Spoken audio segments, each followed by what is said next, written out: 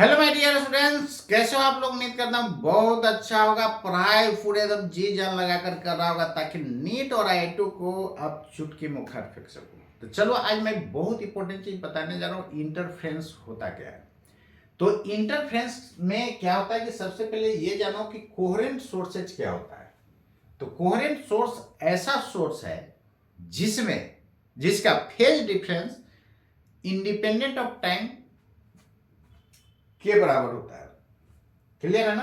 यानी जिसका phase difference जो होगा इंडिपेंडेंट ऑफ टाइम होगा, और जिसका फेज डिफरेंस टाइम पे डिपेंड करता है वो क्या हो जाएगा, इनकोहेरेंट सोर्स हो जाएगा। तो चलो, कोहेरेंट सोर्स से जो भी वेव निकलेगा कोहेरेंट वेव्स होगा। तो कहता है कि टू कोहेरेंट वेव्स जब सुपरपोज करता है तो as a result of superposition, भाई दो वेव जब मिलेगा तो कुछ ना कुछ तो रिजल्ट मिलेगा ही। तो कहता है कि जब दो कोहेरेंट वेव्स या दो से अधिक coherent waves, two or more coherent waves superpose to each other, then as a result of superposition the resultant intensity will be maximum and minimum at alternate points and this phenomenon is called interference. कहने का मतलब कि इसमें जो है, जैसे आप लोग देखा होगा, होम थिएटर देखा होगा, 5.1 है, 2.1 है। 5.1 होम थिएटर में क्या करते हो, उसमें 5 आइडेंटिकल स्पीकर होता है, एक बूफर होता है। तो पांचों स्पीकर को क्या करो, 4 गो के कॉर्नर पर ठोक दो, नहीं एक को नीचे रख दो। तो देखो, एक इधर से वेव जाएगा, एक उधर से वेव जाएगा, दोनों आपस में मिलेगा तो कुछ ना कुछ रिजल्ट मिलेगा। तो वही कहता है कि अल्टरनेट पॉइंट पर इंटेंसिटी, रिजल्टेंट इंटेंसिटी यार मैक्सिमम होगा, मिनिमम होगा, मैक्सिमम होगा, मिनिमम होगा। अल्टरनेट पॉइंट पर मैक्सिमम मिनिमम होते जाएगा। तो इसी फिनोमेनन को बोला जाता है इंटरफ्रेंस। क्लियर है ना। तो क्या लिखोगे, when to or more coherent waves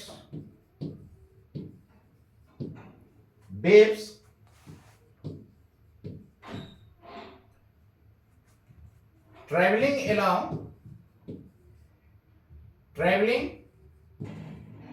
almost along the same line, traveling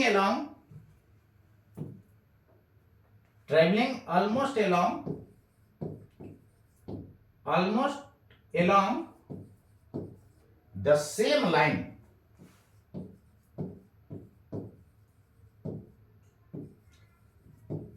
then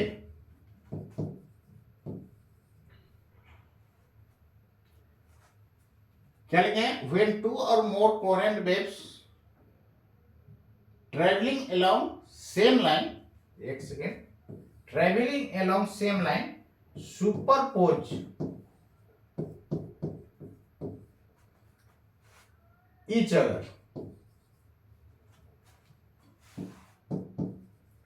then as a result of superposition, as a result of superposition, the resultant intensity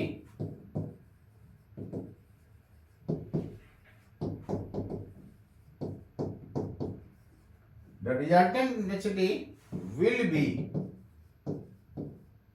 maximum or minimum, maximum and minimum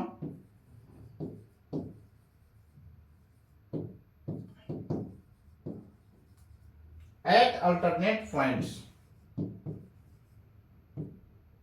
and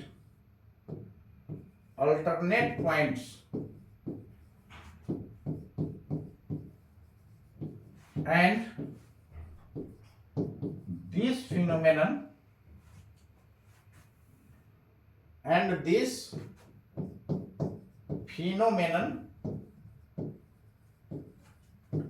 is called interference.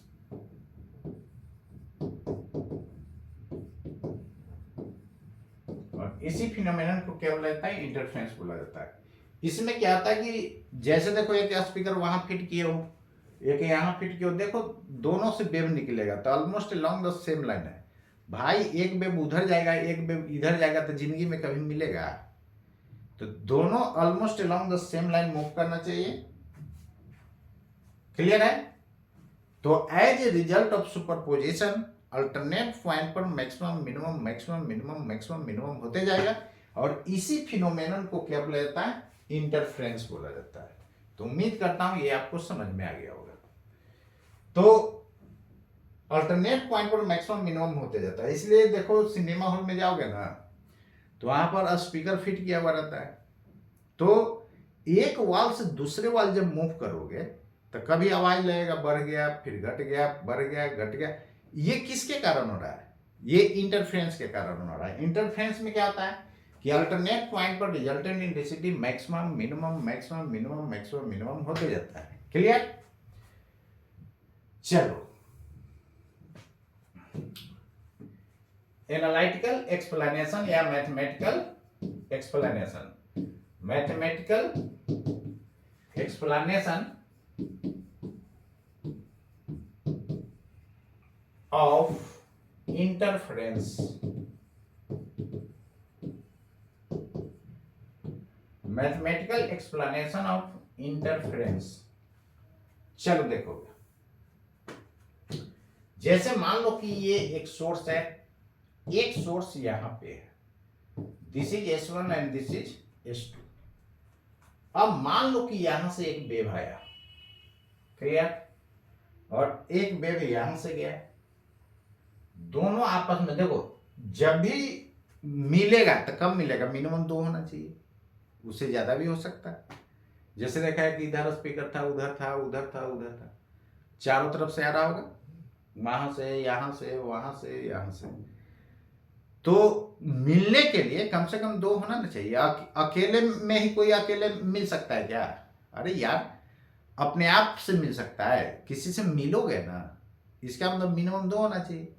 नहीं तो 2 minimum होना चाहिए। तो इसका equation है y1 is equal to A1 sine omega t. Clear? इसका equation है y2 is equal to A2 sine omega t plus 5। Clear?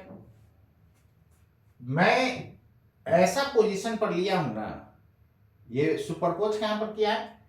ये मान लो कि ऑरिजिन पर सुपरपोज किया है। कहां पे? ऑरिजिन पर, मतलब इधर एक्स एक्सिस में ना माना, इधर वाई एक्सिस। जब ऑरिजिन पर ये सुपरपोज किया है तो निश्चित रूप से एक्स का वैल्यू क्या होगा? 0। क्लियर? अब बोलोगे कि सर इक्वेशन तो वेव का होता है y is equal to a sine omega t plus minus k x वाला होता है टर्म में।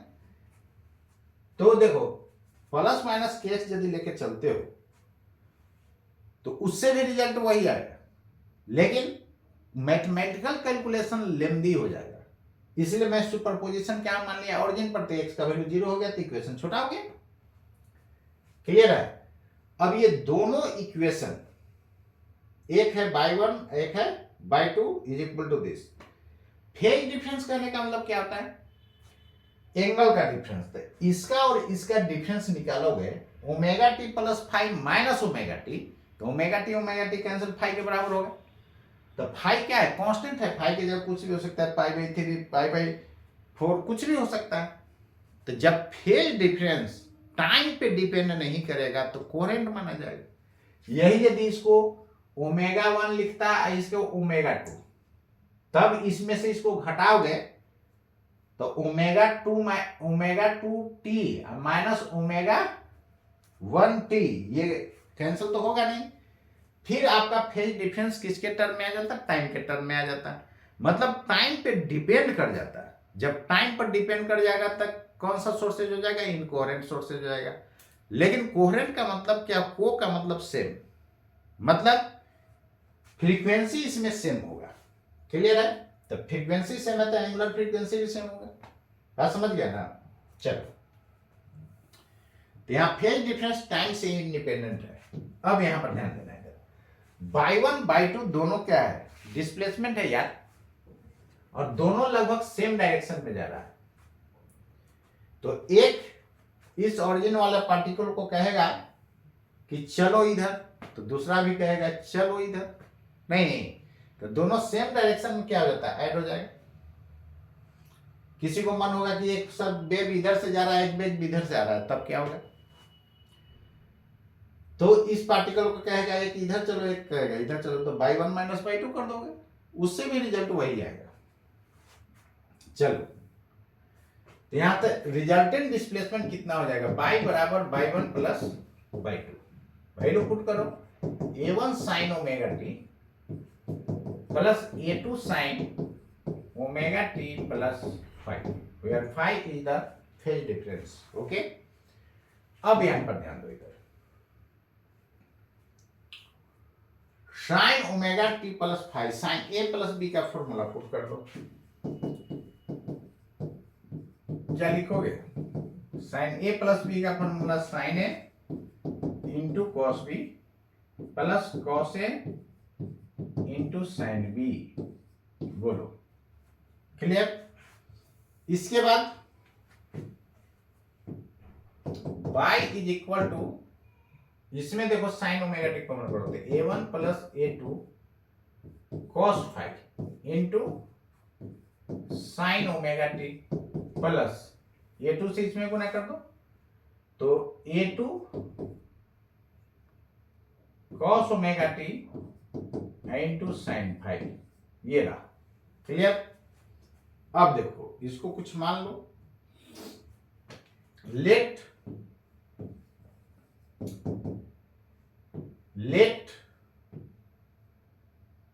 ऐसा मानता कि फॉर्मूला पर आ जाते, इसको कॉस मान लो, तो a1 प्लस a2 cos 5 को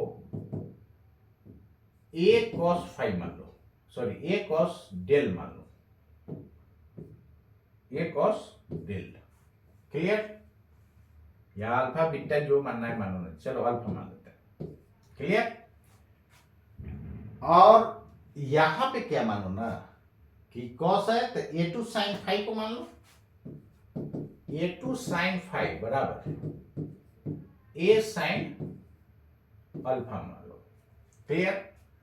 अब इसका वैल्यू उसमें पुट करो, कितना हो जाएगा, y इज इक्वल टू, इसके जगह एक sign omega T into cos alpha, इसके जगह एक cos omega T into sine alpha लिख सकते हो। ऐसा पुट करना है, ऐसा मैं माना हूं ताकि इक्वेशन के फॉर्म में आ जाए, स्टैंडर्ड इक्वेशन। तो देखो, ए कॉमन कर लोगे तो sign A into cos B, cos A into sine B, तो साइन ए प्लस बी का फॉर्मूला पे आ गया कि नहीं, बोलो, सॉरी अल्फा, मतलब ऐसा हो गया, ये आपका हो गया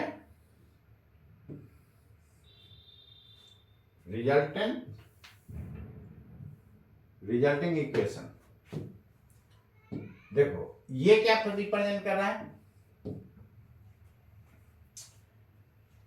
दिस इक्वेशन, यानी जो रिजल्ट मिला, ऐसा लिखो ना, रिजल्टिंग इक्वेशन लिखो क्लियरली, द रिजल्टिंग इक्वेशन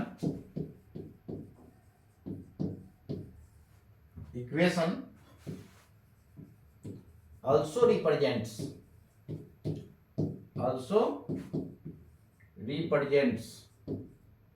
क्या देख रहे हो, ये भी इक्वेशन ऑफ वेव के फॉर्म में, also represents equation of a wave, travelling wave, equation of travelling wave और progressive wave, travelling wave. Clear. Whose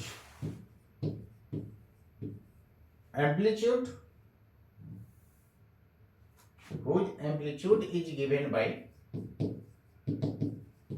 amplitude is given by क्या हो जाएगा बोलो, which amplitude is given by, क्या लिखोगे? देखो क्या करो ना, ये दोनों तरफ जो माने हुए ये दोनों तरफ स्क्वायर करके जोड़ दो। इसको फिलहाल इक्वेशन 1 मान लो, इसको 2 मान लो, इसको थर्ड मान लो। नहीं तो इसको दोनों तरफ के स्क्वायर करके जोड़ दो। तो देखो इधर ए स्क्वायर कॉमन हो जाएगा, cos square alpha plus sine square alpha क्या हो जाएगा? 1 हो जाएगा। क्लियर? तो यहां पर आप क्या लिख सकते हो? अरे यार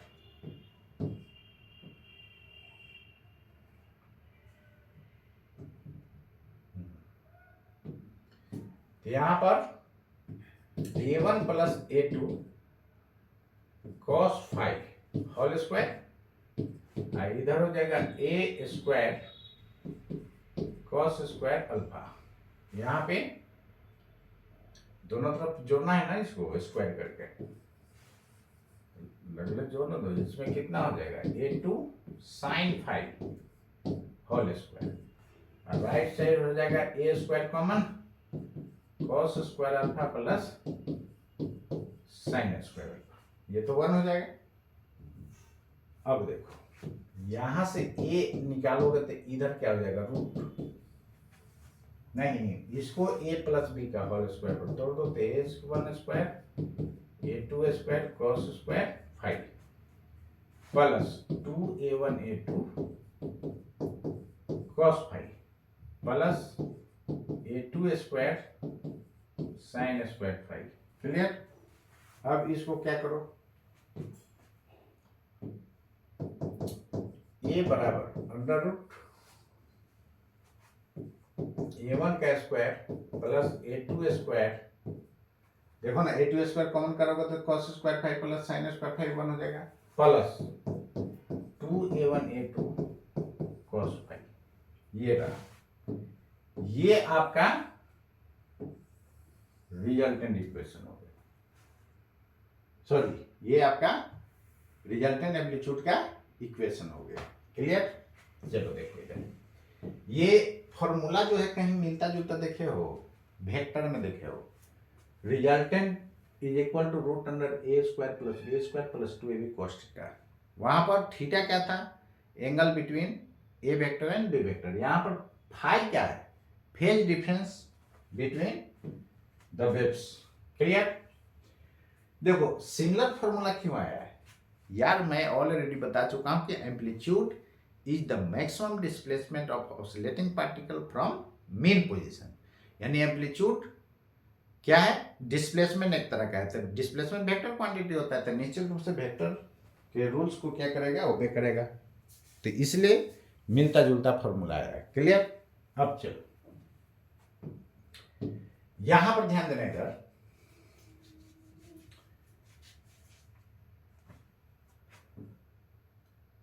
इंटरफेरेंस जो होता है दो तरह का होता है। एक पहले इंटेंसिटी का रिलेशन देख लो। इंटेंसिटी क्या होता है? जैसे ढोलक देखे हो ना, ढोलक अरे ड्रम जिसको बोलते हो, धीरे से मारोगे तो उसका ये जो लेदर होता है थोड़ा सा ऑसिलेट करता है, तो थोड़ा सा ऑसिलेट करेगा तो एम्पलीट्यूड कम होगा, और जोर से मारो एम्पलीट्यूड ज्यादा हो जाएगा। नहीं तो जैसे ही एम्पलीट्यूड ज्यादा होता है तो साउंड का इंटेंसिटी हाई होता है, इसलिए एम्पलीट्यूड बढ़ेगा तो इंटेंसिटी क्या होगा? बढ़ेगा। तो इंटेंसिटी कितना हो जाएगा? रिजल्टेंट इंटेंसिटी ऐसे कर लिखो ना, we know that intensity directly proportional to A square, तो आई बराबर के स्क्वायर हो जाएगा ना। तो यहां से क्या लिखोगे? इसको समथिंग कुछ इक्वेशन मान लो,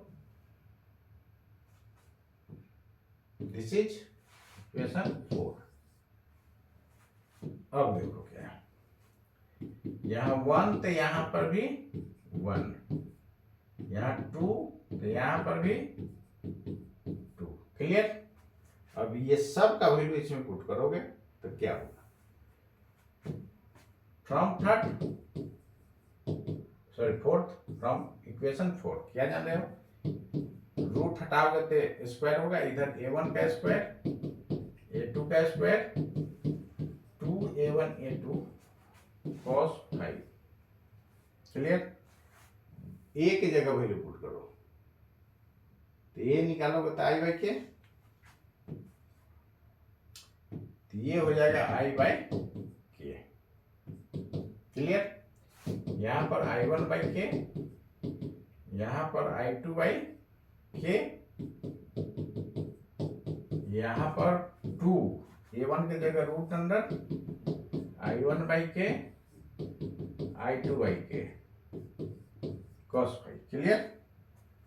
और इसमें पुट कर दिया। क्लियर है।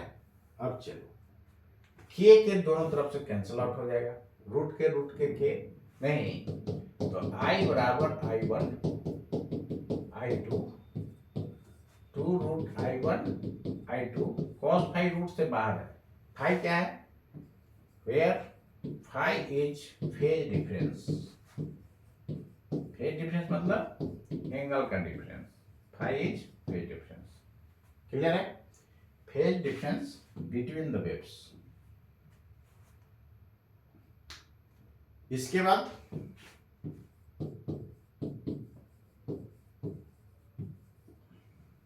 लिख सकते हो। इसके बाद चलो देखो इधर, तो ये रिजल्टेंट इंटेंसिटी का फॉर्मूला हो गया, इसको याद रखोगे क्वेश्चन बनाने के। ये भी याद रखना है फॉर्मूला, और ये भी याद रखना है फॉर्मूला, ये वाली। क्लियर। अब चलो आगे।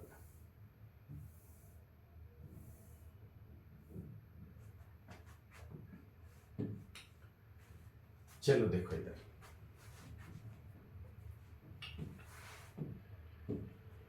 इंटरफेरेंस जो होता है दो तरह का होता है। इंटरफेरेंस दो तरह का होता है। कौन कौन? एक होता है constructive interference, constructive interference,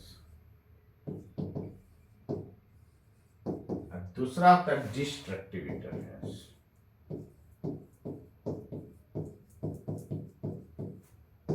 clear. Constructive, construct का मतलब होता है बनाना। आखिर कैसे कंस्ट्रक्ट करोगे? देखो, कंस्ट्रक्ट मतलब बनाना और डिस्ट्रक्ट मतलब बर्बाद करना।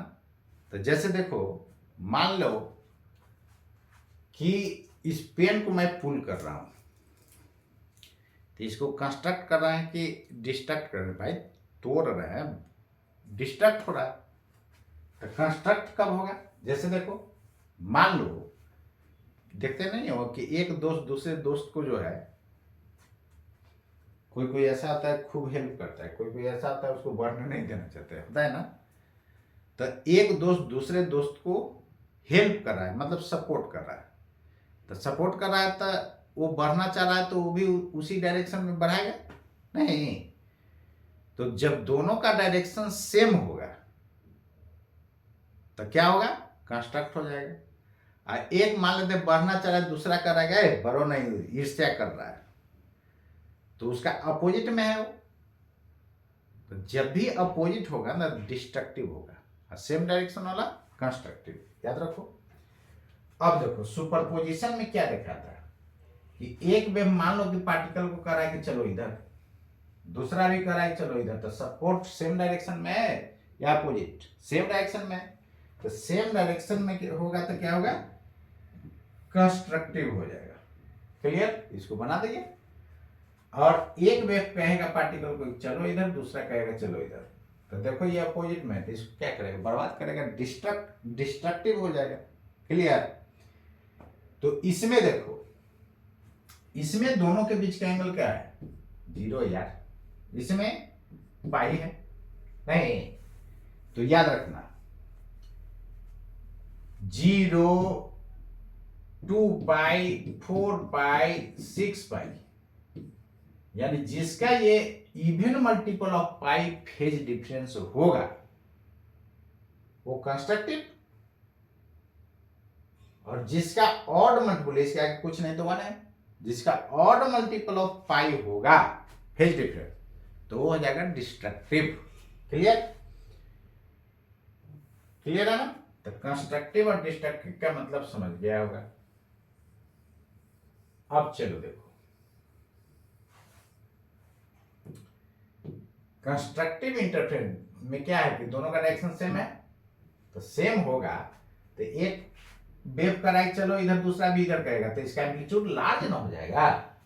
तो लार्ज होगा तो एम्पलीट्यूड लार्ज, तो इंटेंसिटी लार्ज।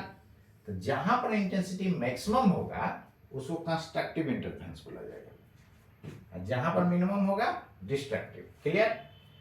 तो कंस्ट्रक्टिव इंटरफेरेंस किसको कहोगे? कंस्ट्रक्टिव इंटरफेरेंस, इसको रेडी कर जाना। कंस्ट्रक्टिव इंटरफेरेंस किसको कहोगे? यानी ऐसा इंटरफेरेंस जहां पर इंटेंसिटी मैक्सिमम होता है। The interference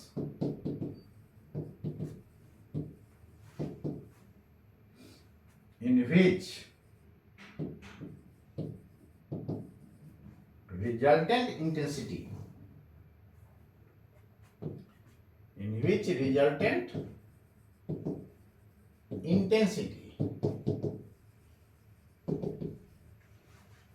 will be maximum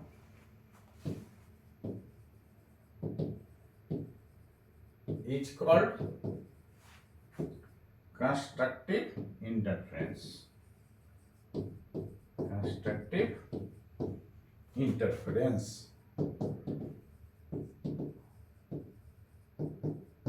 ठीक, इसमें निश्चित रूप से रिजल्टेंट इंटेंसिटी क्या होगा? मैक्सिमम होगा।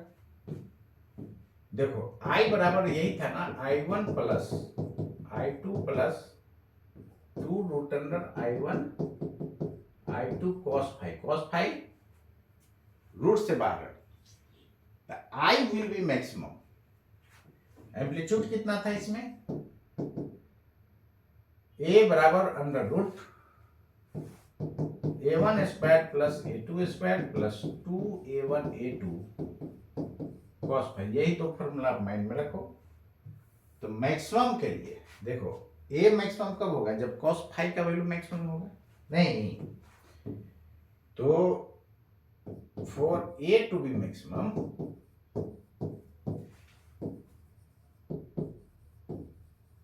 if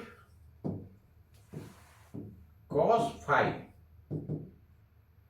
प्लस 1, तो फाइव का वैल्यू कितना? 2n पाई। नहीं, where n belongs to integer। Clear है? तो n का वैल्यू क्या हो गया? Belongs to integer. ऐसे देखो, यहां प्लस माइनस कुछ भी ले सकते हो, माइनस साइन बता देगा लेफ्ट साइड और उधर राइट। क्लियर? तो 2n पाई, बात समझ गए? अब चलो देखो, अब चाहो तो ऐसा भी ले सकते हो, n बिलोंग्स टू इंटीजर, या लिख दो n बराबर 0 1 2 3, केवल पॉजिटिव लेके चल रहा हूं, नेगेटिव होगा तो उल्टा लेफ्ट साइड। क्लियर है ना? फाइव का वैल्यू, n का वैल्यू 0 पुट करोगे तो फाइव का वैल्यू कितना हो जाएगा? 0। 1 पुट करोगे तो 2 पाई, 2 पुट करोगे तो 4 पाई, 6 पाई। देखो तो इवन मल्टीपल ऑफ पाई आ रहा है। क्लियर? इसको आप ये भी लिख सकते हो, इवन इंटू पाई, लिख सकते हो ना? तो इवन मल्टीपल ऑफ पाई पर होता है मैक्सिमम वैल्यू। तो ए मैक्स कितना हो जाएगा?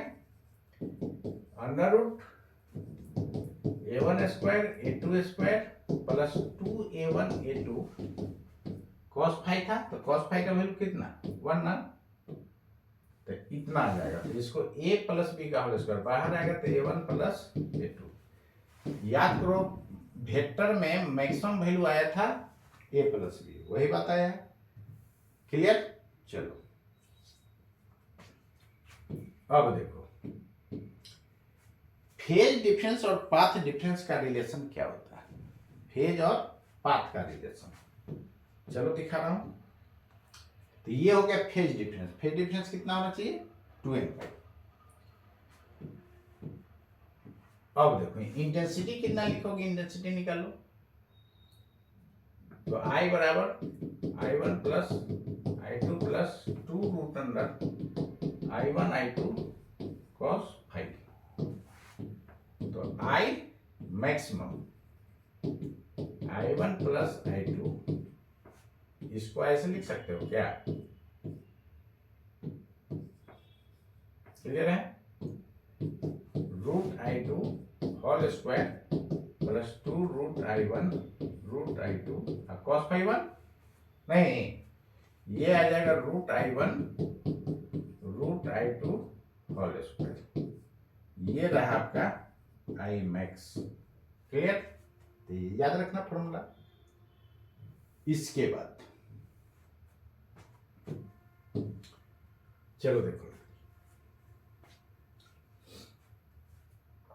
Condition for constructive interference.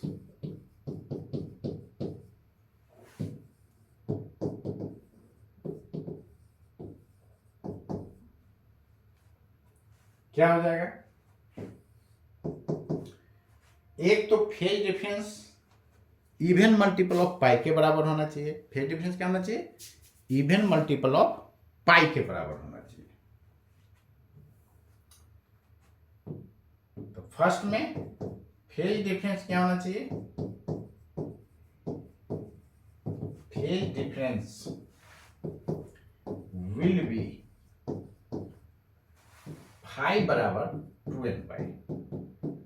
केवल पॉजिटिव वैल्यू ले रहा हूं 1 2 3 and so on.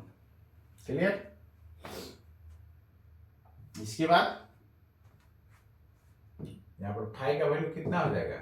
0 2 pi 4 pi 6 pi and so on. Clear? Second में path difference will be, path difference will be, path difference कितना हो जाएगा? डेल्टा एक्स बराबर, देखो पाथ का डिफरेंस है तो इसको कैसे देखोगे, समझोगे? देखो यही है ना? क्लियर? अब यहां पर ध्यान रखो, यहां से यहां तक निश्चित रूप से लेमडा होता है और ये 0 मानोगे तो ये 2 पाई हो जाएगा। क्लियर? तो फेज का मतलब एंगल होता है, पाथ का मतलब ये हुआ। क्लियर? जब फेज डिफरेंस 2 पाई है तो पाथ डिफरेंस कितना है? लेमडा। तो इसको ऐसे लिखो, phase difference, path difference lambda है तो फेज डिफरेंस 2 पाई है।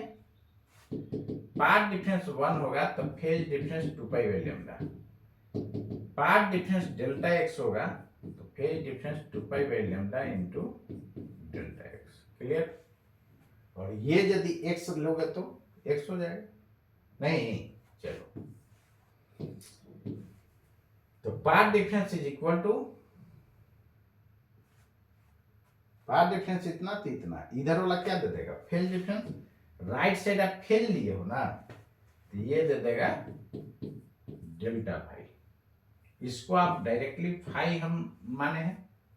डेल्टा का मतलब चेंज, चेंज कैसे? एंगल में से एंगल घटाओगे तो चेंज है ना, है, तो इसी को हम फाई माने, फेज डिफरेंस। क्लियर है? तो यहां से फाई बराबर क्या लिख सकते हो?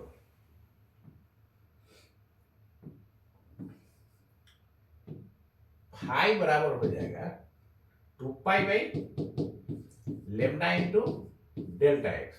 हमको डेल्टा एक्स निकालना है तो lambda by 2 pi into five. अब देखो फॉर्मूला याद कैसे रहेगा? लेमडा 2 पाई, इसी में से ऊपर नीचे कोई होगा तो यदि 2 पाई को ऊपर कर दोगे तो एंगल का यूनिट रेडियन है, radian into radian, radian square, और नीचे मीटर हो जाएगा। लेमडा नीचे करोगे तो रेडियन स्क्वायर पर मीटर। ये डेल्टा एक्स पाथ है ना, तो पाथ का यूनिट क्या होना चाहिए? मीटर। तो इनवैलिड हो जाएगा। क्लियर? ठीक है? अब चलो देखो इधर डेल्टा एक्स का वैल्यू ये समझा कि नहीं? फॉर्मूला याद रखने का हम तरीका बता दिए। डेल्टा एक्स लेमडा बाई 2 पाई, अब फेज डिफरेंस कितना आया है? 2n पाई। अभी ना देखे जी, कंस्ट्रक्टिव में फेज डिफरेंस 2n पाई, मतलब n लेमडा, ये delta x, where n integer है तो 0 1 2 3 एंड सो ऑन। यहाँ प्लस माइनस यदि लेता ना तो माइनस में बता देता left side, plus right positive x direction, ठीक है। चलो n का वैल्यू 0 पुट करो, 0 2 lambda and so on, clear. यानी ये सब पॉइंट पर इंटेंसिटी क्या होगा? मैक्सिमम होगा। तो at these points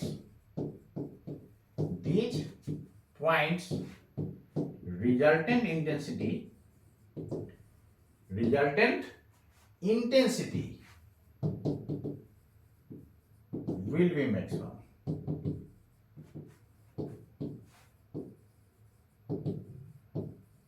clear. Third में देखो टाइम डिफरेंस क्या हो जाएगा?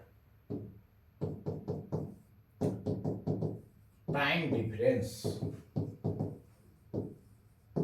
विल बी, देखो टाइम डिफरेंस के लिए डेल्टा टी है। अब फॉर्मूला याद रखने की जरूरत नहीं है, देखो मैं बता दे रहा हूं ट्रिक्स, यही था ना। तो एक कंप्लीट ऑसिलेशन कब बोला जाता है? एक बार ऊपर गया एक बार नीचे गया। एक कंप्लीट ऑसिलेशन में जो सेपरेशन है ये लेमडा है, और फेज 2 पाई। एक कंप्लीट ऑसिलेशन में टाइम जो लगता है, टाइम पीरियड बोलोगे कि नहीं बोलोगे? क्लियर। यानी यहां से यहां तक जो टाइम लगा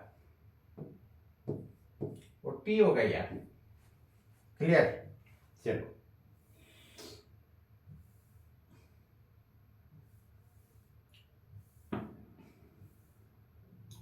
तो पार्टिकल एक यहां लिया तब ना, कोई मान लेते हैं पार्टिकल यहां लेगा तो इसका फाई एंगल मान लेते हैं, तो फेज डिफरेंस क्या होगा ये दोनों के बीच? Phi minus 0। बात समझ गए ना? Time difference delta T, path difference delta x, clear. चलो देखो तो टाइम डिफरेंस का फॉर्मूला बस याद रखने का ट्रिक्स में बता रहा हूं। डेल्टा टी तो इधर सेकंड है तो इधर भी यूनिट सेकंड होना चाहिए। लेमडा 2 पाई कुछ भी ले सकते हो, तो चलो लेमडा, तो टी बाई 2 पाई कर लो तो सीधे अच्छा है। लेमडा वाला वैल्यू लिख सकते हो, सेम आंसर आएगा टी बाई 2 पाई। अब देखो 2 पाई एंगल है तो एंगल यहां होगा तब ना कटेगा, तो फाई, तो टी कैंसल, सॉरी इधर टी का यूनिट सेकंड है, इसका भी सेकंड। ये कैसा आएगा देखो, यदि फेज डिफरेंस 2 पाई है तो टाइम डिफरेंस कितना है? टी। फेज डिफरेंस 1 है तो time difference T by 2 pi. Time difference यदि सॉरी फेज डिफरेंस यदि 5 है, टाइम डिफरेंस टी बाई 2 पाई है into 5, this is time difference, clear. अब यहां पर वैल्यू पुट करो, तो टी बाई 2 पाई और ये 2n पाई, जो कैंसिल होता है कैंसिल कर दो, तो एन टी हो जाएगा, क्लियर। वेयर एन बराबर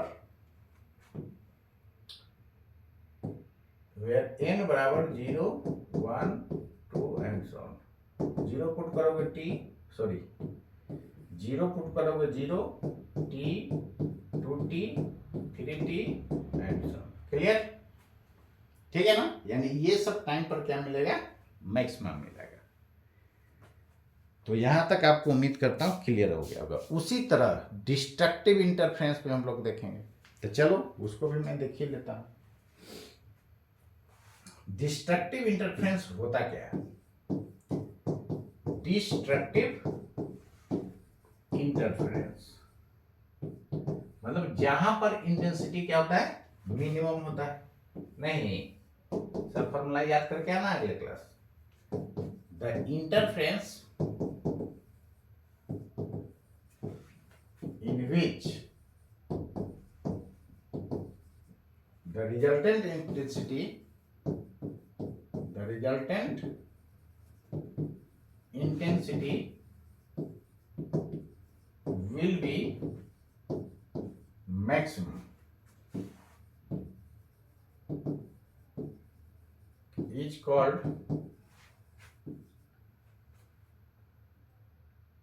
destructive interference. डिस्ट्रक्टिव रेट कर दूं क्या? चलो, डिस्ट्रक्टिव इंटरफेरेंस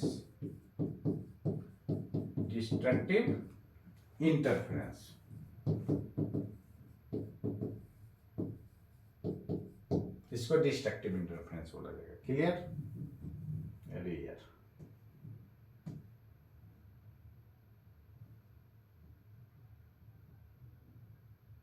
चलो इसके बाद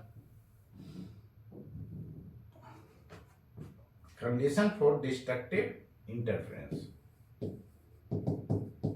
कंडीशन फॉर डिस्ट्रक्टिव इंटरफेरेंस समझा दिया सब कुछ पहले.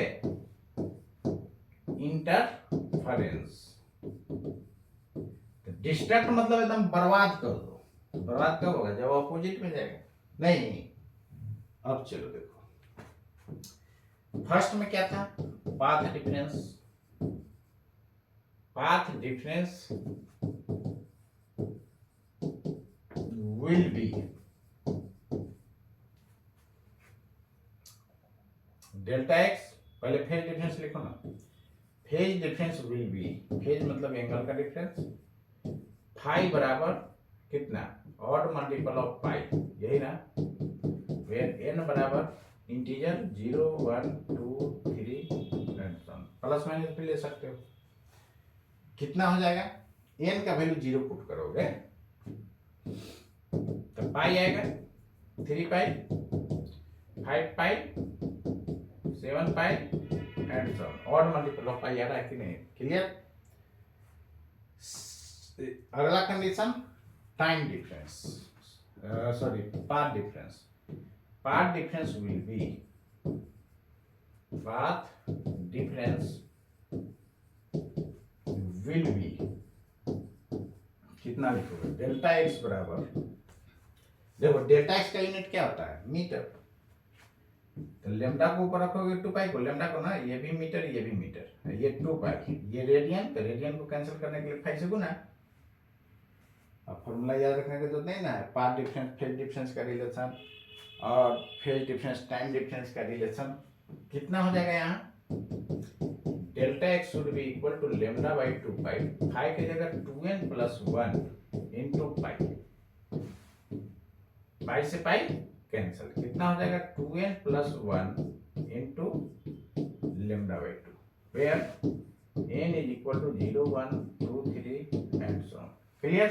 n belongs to integer. अब n का वैल्यू 0 पुट करो तो delta x lambda by 2, 1 put करेगा 3 lambda by 2, 5 lambda by 2 and so on. Clear? At these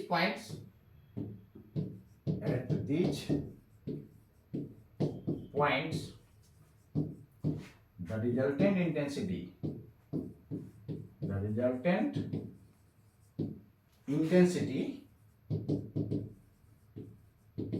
will be minimum. Clear? इसके बाद resultant intensity will be minimum. अब यहां पर ध्यान दो, टाइम डिफरेंस विल बी,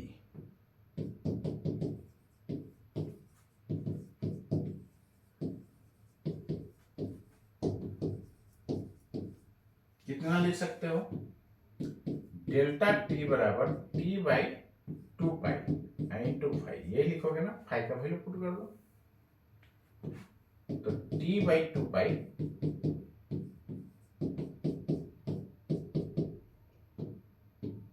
जो कैंसिल है कैंसिल कर दो तो 2n plus 1 into T by 2, where n is equal to zero put करोगे तो क्या होगा,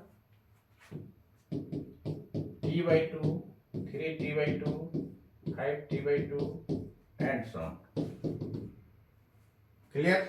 अब चलो एक बात दिखाना जरा, मिनिमम इंटेंसिटी कहां कहां हुआ, λ/2 पर, फिर अगला 3λ/2 पर, इसका मतलब 0.5, इसका मतलब 3/2 मतलब 1.5। आगे देखो, पहले वाला में क्या था हम लोग का, कंस्ट्रक्टिव इंटरफेरेंस वाला को देखो, कंस्ट्रक्टिव इंटरफेरेंस में क्या था, हाँ देखो, 0 पर मैक्सिमम था, अगला लेमडा पर था, लेकिन डिस्ट्रक्टिव में क्या था, λ/2 पर फर्स्ट मिनिमा था, तो 0 और लेमडा के बीच में λ/2 आएगा ना। क्लियर। तो 0 पर मैक्सिमम, फिर λ/2 पर मिनिमम, फिर लेमडा पर मैक्सिमम।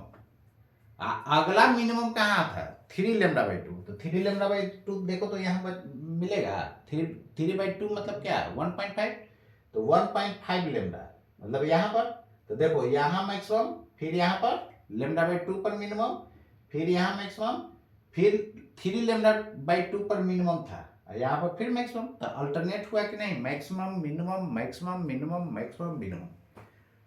तो मैथमेटिकल एक्सप्लेनेशन इसलिए हेडिंग पड़ा था कि मैथमेटिकली तुमको दिखा दिया मैंने कि अल्टरनेट पॉइंट पर इंटरफेरेंस में क्या होता है, resultant intensity maximum minimum maximum minimum alternate point पर होता है। क्लियर। ठीक है। चलो, अल्टरनेट पॉइंट पर maximum minimum maximum minimum maximum minimum होते जाएगा। देखो λ/2 पर मिनिमम, फिर 3/2 पर मिनिमम, 5λ/2 पर मिनिमम। क्लियर है ना। तो उम्मीद करता हूं आपको समझ में आया होगा कि अल्टरनेट पॉइंट पर क्या होगा, minimum maximum minimum maximum minimum. अब इसमें देखो, ये तो कंडीशन हो गया, रिजल्टेंट इंटेंसिटी कितना और रिजल्टेंट एम्पलीट्यूड कितना। तो इंटेंसिटी यही फॉर्मूला देखा था ना, I1 plus I2 plus 2 root under I1 I2 cos phi। तो I minimum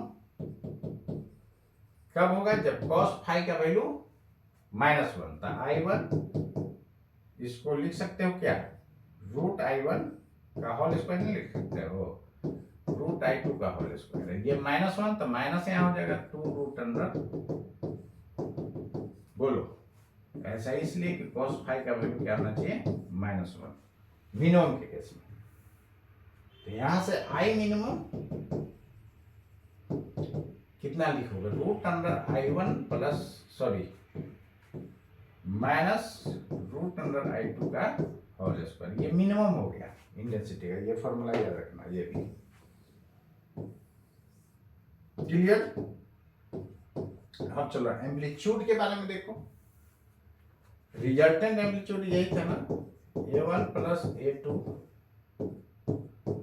2A1 A2 under root, यही था।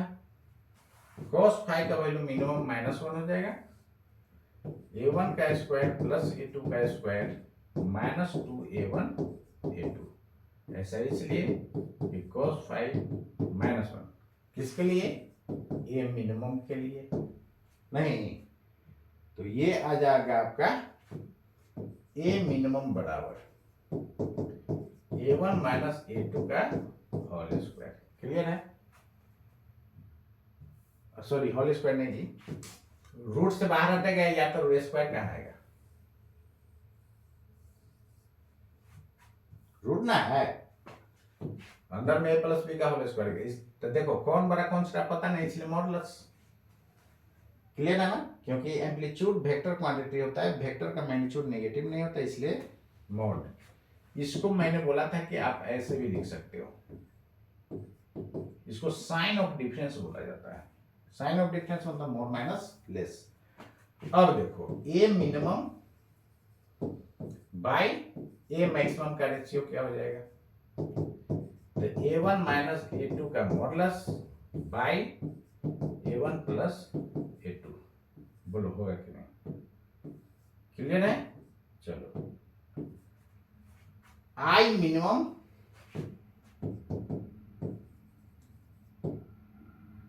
क्या लिखोगे? Directly proportional to A minimum का whole square. I minimum is equal to K constant लगेगा, नहीं इतना ही छोड़ो। उसी तरह I maximum directly proportional to A maximum का होल स्क्वायर लिख सकते हो। अब दोनों का रेशियो लो, तो I minimum by I maximum क्या लिखोगे?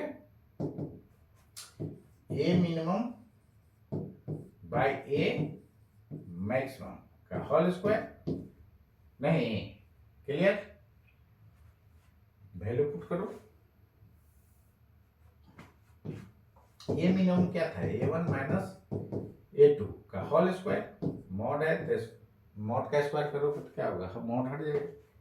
A1 प्लस A2, अरे इनमें मॉड था ना, तो स्क्वायर है तो मॉडुलस का मतलब पॉजिटिव है, स्क्वायर का मतलब भी क्या होता है? पॉजिटिव ही होता है। नहीं, अब यहाँ पर वैल्यू पुट करो। वैल्यू क्या पुट करोगे? हटाओ इसको। एक ये फॉर्मूला हो गया, और दूसरा मिनिमम मैक्सिमम का क्या फॉर्मूला था? मिनिमम इंटेंसिटी के क्या था? I1 माइनस I2 का whole square divided by root I1 root I2 का होल स्क्वायर, और एम्पलीट्यूड के टर्म में A1 माइनस A2 का whole square divided by A1 plus A2 का होल स्क्वायर। क्लियर? इसको हर हाल में आप याद रखोगे, रेशियो का क्वेश्चन बनाने में आपको काम देगा। क्लियर? तो इस पर अगले क्लास में क्वेश्चन देखूंगा, क्योंकि ये काफ़ी लॉन्ग हो गया। चलो, तो अगले क्लास में देखूंगा ये पर इस पे क्वेश्चन। तो आप जो है ना, जितना आज मैं फॉर्मूला बताया, इसको 2 बार 3 बार 4 बार देख करके एकदम पूरा रेडी करके आओगे। कंसेप्ट रहेगा, क्वेश्चन बनेगा। तो आज के लिए इतना ही, फिर मिलता हूँ अगले क्लास में। तब तक के लिए आप सभी लोगों को हमारी तरफ से नमस्कार।